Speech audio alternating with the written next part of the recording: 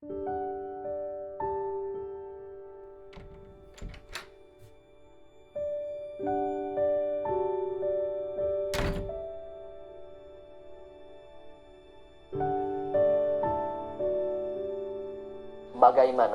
kita cerita kepada dunia agar dunia tahu kita ini siapa?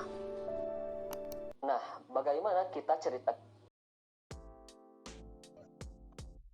Indonesia adalah negara yang sedang berkembang, terutama di dalam bidang ekonomi. Salah satu yang membantu pertumbuhan ekonomi yaitu tingkat penduduk yang bekerja secara produktif sangatlah tinggi.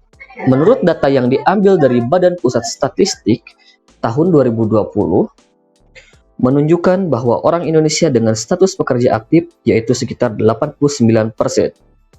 Ini berarti masyarakat Indonesia memang sangat produktif dalam mencari uang. Nah, tahukah kamu bagaimana cara mendapatkan uang? Kamu harus bekerja. Kamu harus mendapatkan pekerjaan.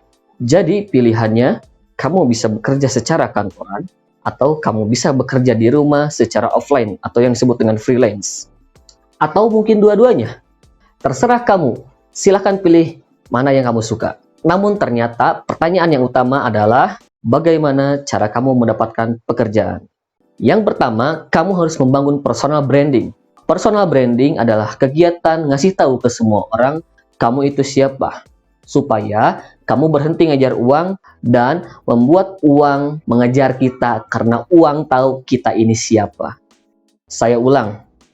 Personal branding adalah kegiatan di mana kamu bercerita kepada dunia bahwa kamu itu siapa, supaya kita berhenti mengejar uang dan kita bikin uang mengejar kita karena uang tahu kita ini siapa. Saya tanya, mungkinkah kamu mendapatkan tawaran untuk menonton Manchester United secara langsung di Old Trafford, sementara kamu tidak pernah cerita ke semua orang bahwa kamu menyukai MU? Gak mungkin. Mungkinkah kamu ada yang mengajak traveling ke seluruh dunia jika kamu tidak pernah cerita ke semua orang bahwa kamu senang jalan-jalan? Nggak mungkin.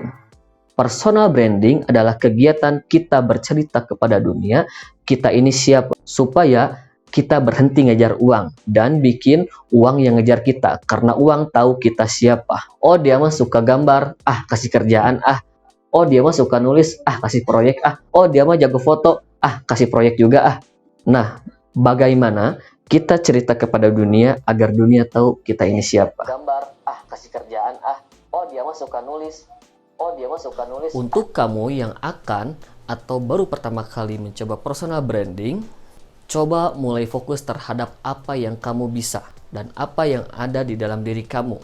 Itu keahlian kamu dan itu modal utama kamu. Nah, kalau saya pribadi, saya lebih suka personal branding itu melewati karya.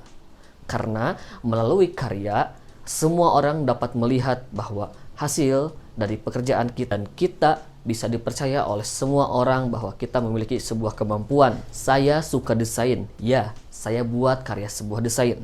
Saya suka bikin website, saya bikin sebuah website. Dan semua karya-karya itu saya kumpulkan di dalam portofolio karya saya. Yang dimana sebuah portofolio karya biasanya disatukan dengan CV atau kurikulum vitae.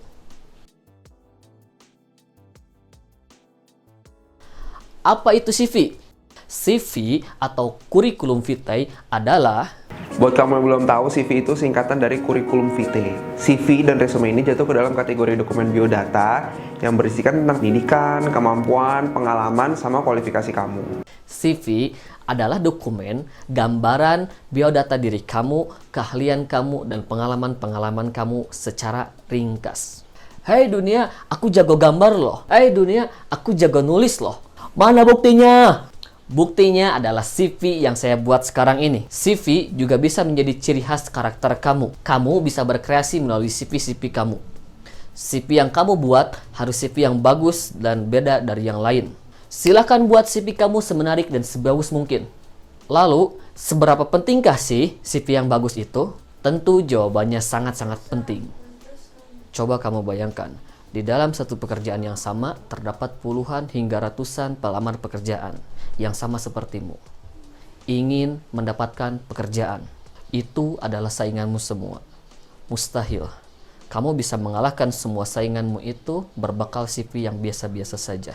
Makanya itu, perbaguslah CV kamu. Supaya lamaranmu tidak dianggap sama seperti yang lainnya, buatlah CV-mu semenarik mungkin dan sebagus mungkin, sehingga dapat menarik perhatian HRD atau perekrut pekerjaan. Selain itu, kamu bisa memanfaatkan template-template CV yang tersedia di internet sangat banyak. Jangan lupa, di akhir nanti kamu harus memodifikasi CV-CV template itu ya. Itu lebih baik daripada kamu membuat CV di kertas polos. Yang perlu kamu perhatikan untuk membuat CV-mu bagus, jangan terlalu panjang. Jangan bertele-tele. Ingat, kamu tidak sedang curhat. Kamu tidak sedang curhat kepada sahabat-sahabatmu. Kamu sedang memberitahu seseorang yang tidak pernah kamu kenal sebelumnya agar mereka tahu siapa dirimu. Coba kamu bayangkan, perekrut atau HRD setiap hari membaca ratusan lamaran yang masuk. Mereka pasti nggak mau menghabiskan banyak waktunya hanya untuk membaca CV kamu yang terlalu panjang. Jadi, ringkas saja. Oke, singkat, padat, dan jelas tentunya.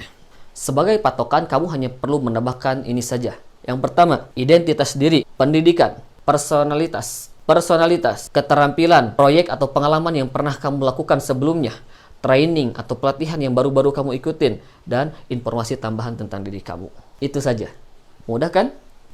Sekarang, setelah penjelasan tadi tentang CV, maukah kamu membuat CV yang bagus? Jika kamu siap, silahkan berkomentar di bawah dengan komentar "Saya siap membuat CV". Saya Ramadan Ginanjar. Terima kasih atas waktunya. See you on next video.